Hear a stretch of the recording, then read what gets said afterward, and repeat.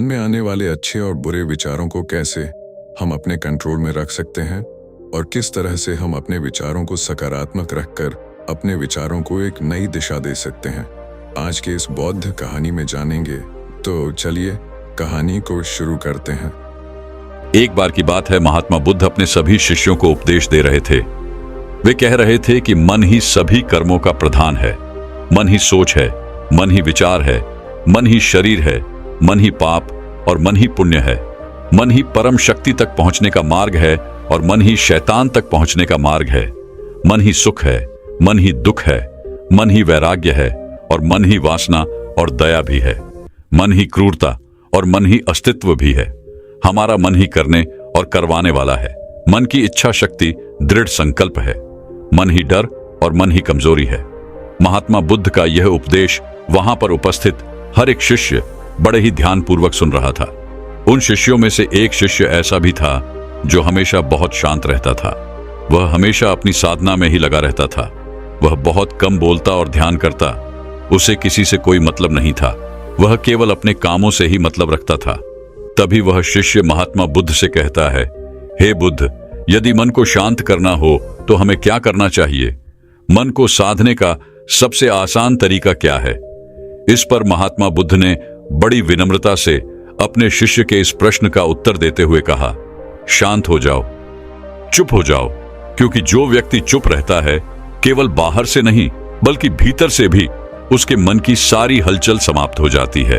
उसका मन एक निर्बल पानी की तरह हो जाता है और वह उसके आर पार बड़ी सरलता से देख सकता है, उसे समझ सकता है।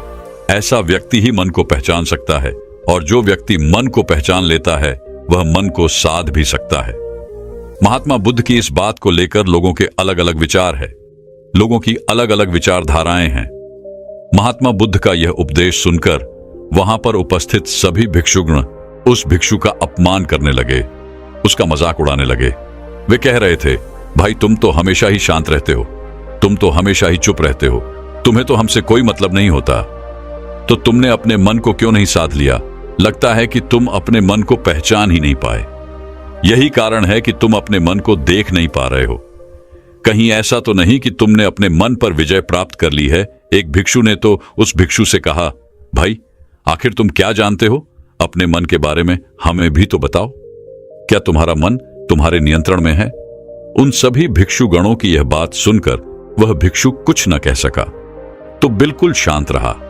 उसे इस बात का एहसास हुआ कि वह भले ही शांत रहता है, चुप रहता है और केवल अपने कामों से मतलब रहता है, लेकिन फिर भी वह अब भी उतना ही अज्ञानी है जितना कि बाकी सभी भिक्षुगण, क्योंकि उसके पास उन सभी भिक्षुगणों के किसी भी प्रश्न का कोई उत्तर नहीं था और इसी कारणवश उस भिक्षु को अपने अज्ञानता का बोध हो रहा था। अपनी अज्ञानता के बारे में जानकर उसे बड़ा दुख हुआ, जिस कारण उसके मन में यह सारे विचार चलने लगे थे। वह इन्हीं सभी प्रश्नों के बारे में सोचता हुआ एक मार्ग से होकर गुजर रहा था। उसका पूरा ध्यान केवल अपने विचार पर था। अचानक तभी सामने से एक घुड़सवार आ रहा था और उस घुड़सवार ने भिक्षु पर ध्यान नहीं दिया और वह भिक्षु घोड़े की चपेट में आकर घायल होकर गिर गया। जमीन पर गिरते ही उस भिक्षु को अत्यधिक क्रोध आ गया। वह खड़े होकर उस घुड़सवार को अपशब्द कहने लगा, उसे तरह तरह की बातें सुनाने लगा, यहां तक कि वह भिक्षु उस घुड़सवार को थप्पड़ तक लगाने जा रहा था कि तभी अचानक उसे यह एहसास हुआ कि वह एक भिक्षु है और यह उसके धर्म के विरुद्ध है। अचानक उसे ऐसा लगने लगा कि मैं यह क्या करने जा रहा था, या तो मेरी मर्यादा के विपरीत है। वह यह सोचने लगा कि मैंने यह कैसे कर दिया, यह मुझसे कैसे हो गया। मैंने इस घुड़सवार को तरह तरह के अपशब्द सुनाए, तरह तरह की बातें कही, आखिर यह मैंने क्या कर दिया? और जब उसे अपनी गलती का एहसास हुआ तो वह चुपचाप अपने कपड़े झाड़कर वापस लौट पड़ा। आश्रम पहुंचने के बाद आश्रम के एक कोने में बैठकर वह अपनी इस स्थिति के बारे में सोच रहा था। उसे समझ नहीं आ रहा था, क्या आखिर एक भिक्षु होने के बाद भी उसने क्रोध कैसे किया? उसने उस व्यक्ति को इस तरह के अपशब्द कैसे सुनाए? और यहां तक कि मैं तो उस पर हाथ भी उठाने जा रहा था। यदि मैं भीतर से शांत होता तो ऐसा कुछ भी नहीं होता। तभी उसने देखा कि महात्मा बुद्ध वहीं से होकर गुजर रहे थे। और वह तुरंत ही महात्मा बुद्ध के पास पहुंचा। वह बहुत भावुक हो चुका था। उसकी आंखों से आंसू बह रहे थे। उसने महात्मा बुद्ध को प्रणाम किया और कहने लगा, हे बुद्ध, क्या हमारे भीतर हमारे अलावा कोई और भी रहता है जिसे हम नहीं जानते, जिसके आवेश में आकर हम गलतियां कर बैठते हैं और हमें उसका होश तक नहीं होता, और जब उसका एहसास होता है तो हमें तकलीफ होती है। इसके जवाब में महात्मा बुद्ध अपने उस शिष्य से कहते हैं, हमारे भीतर हमारे अलावा हमारा मन रहता है, किंतु विवशता तो देखो, जितना हम अपने मन से अनजान है उतना ही हम अपने आप से भी अनजान हैं।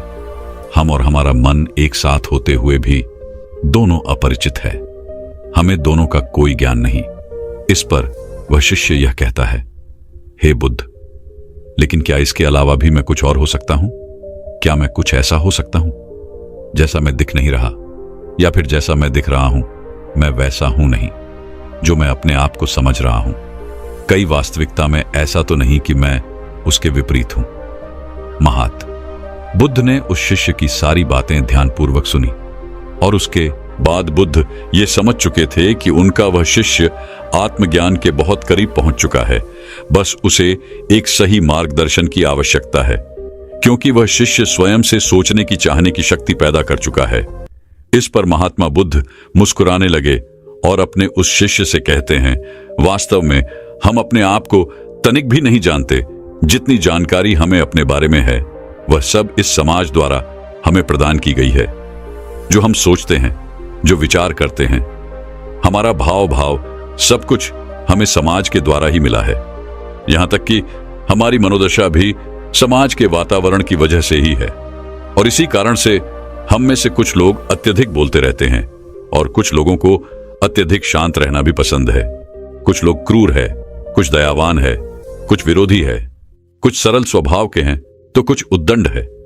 इसी प्रकार हम में से हर कोई कुछ ना कुछ अवश्य है, किंतु जिस भावना की प्रबलता हमारे भीतर सबसे ज्यादा होती है वही हम ऊपर की ओर से दिखाई भी देते हैं।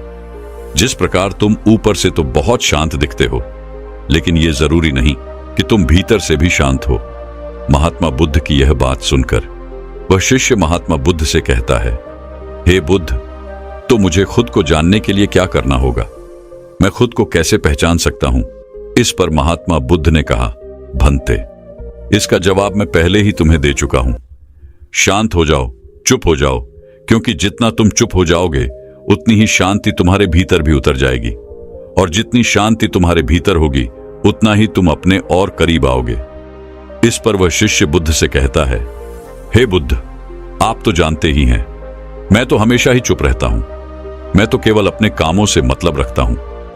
ना ही मुझे ज्यादा बोलना पसंद है और ना ही मैं ज्यादा लोगों के साथ रहता हूं। मैं तो हमेशा ही शांत रहता हूं। फिर मैं अपने आप को क्यों नहीं जान पा रहा? मैं अपने आप के करीब क्यों नहीं आ पा रहा? इस पर महात्मा बुद्ध ने बड़ी शांति से अपने उस शिष्य से कहा, भंते, तुम ऊपर से चुप जरूर हो, लेकिन भीतर से तुम्हारे भीतर वो शांति नहीं है।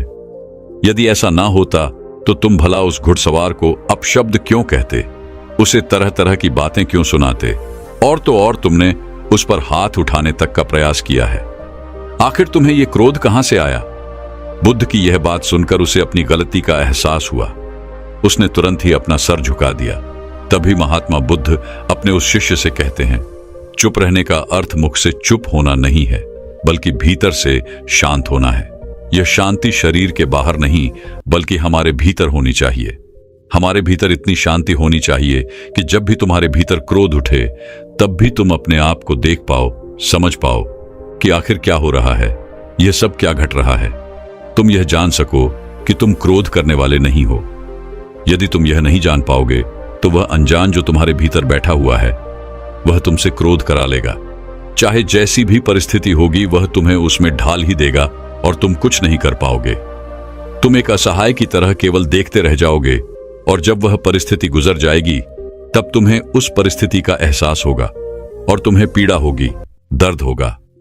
आज तुमने क्रोध किया है, हो सकता है कि कल को तुम काम वासना में भी लीन हो जाओ और तुम्हें पता तक न चले। स्पैरो, वह शिष्य महात्मा बुद्ध से कहता है, हे बुद्ध, तो आप ही मुझे कोई रास्ता दिखाइए, आप ही मेरा मार्गदर्शन कीजिए। मैं तो सोचता था कि केवल चुप रहने से ही मैं सत्य की प्राप्ति कर लूंगा, आत्मज्ञान की प्राप्ति कर लूंगा। लेकिन केवल चुप रहने से मैं अपने आप तक को नहीं जान सका हूं और आज मेरा यह भ्रम भी टूट गया है। मैं यह जान चुका हूं कि जब मैं खुद को ही नहीं जान पाया तो मैं भला आत्मज्ञान की प्राप्ति क्या करूंगा। हे बुद्ध, मेरे भीतर कोई और भी है, कोई ऐसा मित्र रहता है जिसे मैं नहीं जानता। कृपया करके मेरी उससे पहचान कराइए। हे तथागत, मुझे सही राह दिखाइए। इस पर महात्मा बुद्ध मुस्कुराने लगे और अपने उस शिष्य से कहते हैं, भंते, जानते हो इसके लिए तुम्हें सबसे पहले अपना यह स्वभाव छोड़ना होगा। जैसे कि तुम सबको बाहर से शांत तो नजर आते हो, लेकिन भीतर से तुम शांत नहीं हो। और यही कारण है कि तुम अपने आप को शांत तो समझते हो, लेकिन शांत हो नहीं। इसलिए किसी ऐसी एकांत जगह पर जाओ जहां पर तुम्हारे अलावा कोई ना हो। वहां जाकर जो तुम्हें बोलना है तुम बोलो, चिल्लाना है चिल्लाओ, चीखना है चीखो। जो तुम्हारा मन करे वो तुम कहो, जब तक कि तुम पूरी तरह से थक नहीं जाते, जब तक कि तुम्हारे भीतर से वो शब्द निकलने बंद नहीं हो जाते। और जब तुम पूरी तरह से शांत हो जाओ, जब तुम्हारे भीतर कोई शब्द ना बचे, कोई विचार ना बचे, तब तुम मेरे पास आना। तब मैं तुम्हें एक सही मार्ग दिखाऊंगा। शिष्य ने महात्मा बुद्ध की बात मान ली। उसने महात्मा बुद्ध को प्रणाम किया और एक पहाड़ की ओर चल पड़ा। उस पहाड़ पर चारों ओर हरियाली थी, शांत वातावरण था और वहां पर कोई नहीं था। वह शिष्य बिल्कुल एकांत था और अब उसने कहना शुरू किया। पहले तो वह अपनी मर्यादा में ही बोल रहा था, वह अपनी मर्यादा में ही बातें कर रहा था, लेकिन देखते ही देखते उसे क्रोध आने लगा और वह अपनी मर्यादा छोड़कर अब शब्द बोलने लगा था। अब शब्द बोलते समय उसे इतना आनंद आ रहा था कि उसने सारी सीमा लांघ दी और उसके मुख में जो कुछ भी आ रहा था वह बोलता चला जा रहा था। देखते ही देखते उसने अपने सारे वस्त्र भी निकाल दिए। जो कुछ भी उसके मन में आ रहा था वह सब कुछ वह करता जा रहा था। वह कभी जोर जोर से हंसता तो कभी जोर जोर से रोने लगता, वह कभी भागता तो कभी नाचने लगता। ऐसा करते करते उसे काफी समय बीत चुका था और देखते ही देखते वह अब शांत होने लगा था। उसके मुख से अब शब्द नहीं बाहर आ रहे थे, उसका शरीर भी अब थकने लगा था। और जिस वन के आवेश में आकर उसने वो गलती की थी, पवन भी अब ना जान लिया कहां गायब हो चुका था। उसी अवस्था में वह लड़खड़ाते हुए महात्मा बुद्ध के पास पहुंचा। महात्मा बुद्ध ने जब अपने शिष्य को इस अवस्था में देखा तो वे बड़े प्रसन्न हुए। उन्होंने अपने उस शिष्य को आश्रम के बाहर हरी घास पर लेटा दिया, जहां चार तरफ हरियाली थी, चारों तरफ ठंडी ठंडी हवाएं बह रही थीं, ऊपर जान निकलने वाला था और तारे टिमटिमा रहे थे। वशिष्ठ इससे पहले कि यह पूछ पाता कि यह सब क्या हो रहा है, महात्मा बुद्ध ने शिष्य से कहा, भंते कुछ मत पूछो, बस शांत होकर इस नजारे का लुत्फ उठाओ। भंते भीतर उठने वाली उस असीम शांति को महसूस करो। उस शिष्य ने महात्मा बुद्ध की बात सुनी और वह आसमान में तारों की ओर देखता रहा और देखते ही देखते चांद भी निकल आया था। उसने अपने भीतर असीम शांति महसूस की। भीतर एक ऐसी चुप्पी थी जो कुछ बोलने के लिए तैयार ही नहीं थी। वह घंटों तक यूं ही उस खाट पर पड़ा रहा और नजारे का लुत्फ उठाता महसूस करता रहा। वह अपने भीतर कुछ शांति को महसूस करता रहा। सब कुछ देखने के बाद वह उठा और वह महात्मा बुद्ध के पास पहुंचा। उसने वहां पर बुद्ध से कहा, हे बुद्ध, मैंने आज तक इतनी शांति प्राप्त नहीं की है। आज मैं बहुत अच्छा महसूस कर रहा हूं, मैं बहुत हल्का महसूस कर रहा हूं। लगता है जैसे आज मुझे एक नया जीवन मिला है, जैसे मेरे भीतर भी मैं ही हूं। किंतु है बुद्ध, मैं अभी अपने आप से अनजान हूं, मैं अब तक अपने आप को नहीं जान पाया। इस पर महात्मा बुद्ध ने कहा, भंते, यदि तुम्हारी नजरें समुद्र की लहरों पर होगी तो तुम्हें हलचल ही नजर आएगी, और जो लहरों में फंस गया वह समुद्र की गहराई तक कभी जा ही नहीं पाएगा। वह समुद्र की भीतर की उस शांति का अनुभव कभी कर ही नहीं पाएगा। अभी अभी तो तुम्हारे ऊपर की बहती हुई लहरें शांत हुई हैं, जो समुद्र के ऊपर दिखाई देती हैं। अभी तो तुम्हें भीतर गहराई में उतरना होगा। अपने मन के विचारों के उन बादलों को हटाकर अपने मन की गहराई में उतर जाओ, शांत हो जाओ, चुप हो जाओ। जितना तुम चुप रहोगे, विचार उतनी जल्दी आकर चले जाएंगे और तुम अपने आप को पहचान पाओगे। और जितना तुम अपने विचारों से लड़ने का प्रयास करोगे, उतना ही यह विचार तुम्हें परेशान करेंगे और तुम्हें उलझा कर रखेंगे। ध्यान से देखने का प्रयास करो।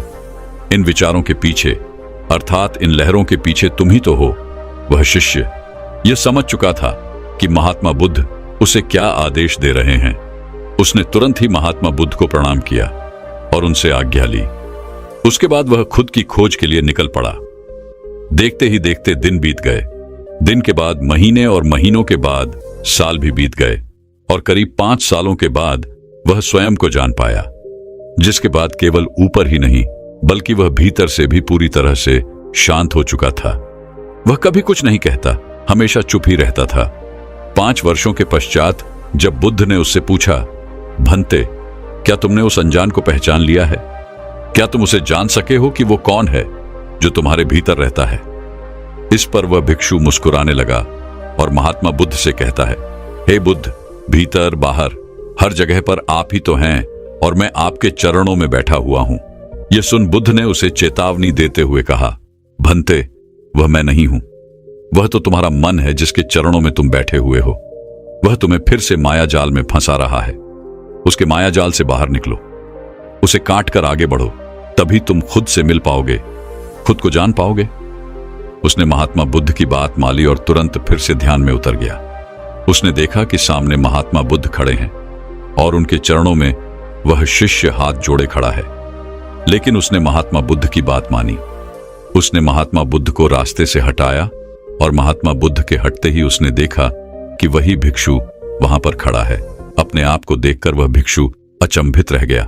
जैसे ही वह ध्यान से बाहर आना चाहता था ताकि वह महात्मा बुद्ध को बता सके, तभी उसकी अंतरात्मा उससे कहती है, रुक जाओ, तुम्हारी यात्रा पूरी हुई। मैं ही वो परमात्मा हूं, मैं ही वो शक्ति हूं जो तुम्हें सब कुछ देता है। मैं ही वो हूं जो सबको सब कुछ देता है और मैं तुम्हें भी कुछ देने ही आया हूं। मैं आज तुमसे बहुत प्रसन्न हूं और मैं तुम्हारे भीतर ही रहता हूं। तभी अचानक उसे महात्मा बुद्ध की आवाज सुनाई दी। महात्मा बुद्ध कह रहे थे, भंते, यहां मत रुकना, आगे बढ़ो। उसने महात्मा बुद्ध की बात फिर मानी। उसने अपने आप को मार्ग से हटाया और वह आगे की ओर बढ़ा। जैसे ही उसने अपने प्रतिबिंब अर्थात उस दूसरे भिक्षु को हाथ लगाया, वह भिक्षु पूरी तरह से पानी में मिल गया और अचानक चारों तरफ शांति छा गई। चारों तरफ अंधेरा छा गया। सब कुछ पूरी तरह से शांत हो गया, क्योंकि उस भिक्षु ने आत्मज्ञान की प्राप्ति कर ली थी। और जब ऐसा हुआ तब वह भिक्षु अपने अंतर में ही रह गया। उसे बाहर आने की इच्छा तक नहीं हुई। वह भिक्षु उस शांति को अनुभव कर रहा था, उस असीम शांति का आनंद ले रहा था।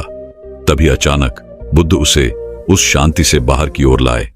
बाहर आने के बाद अब उसके मन में कोई प्रश्न नहीं रह गया था, ना ही कोई जवाब। उसके पास कहने के लिए कुछ नहीं था। वह तो बस शांत हो चुका था, चुप हो चुका था। उसे अब किसी और चीज को समझने की कोई आवश्यकता नहीं रह गई थी, क्योंकि वह खुद को जान चुका था। उसने आत्मज्ञान की प्राप्ति कर ली थी। लेकिन यहां पर समझने वाली बात यह है कि जब उसे महात्मा बुद्ध ने बाहर लाया तो वास्तविकता में वो महात्मा बुद्ध नहीं थे, बल्कि वह खुद ही था जो उसे भीतर की ओर से बाहर लाया था।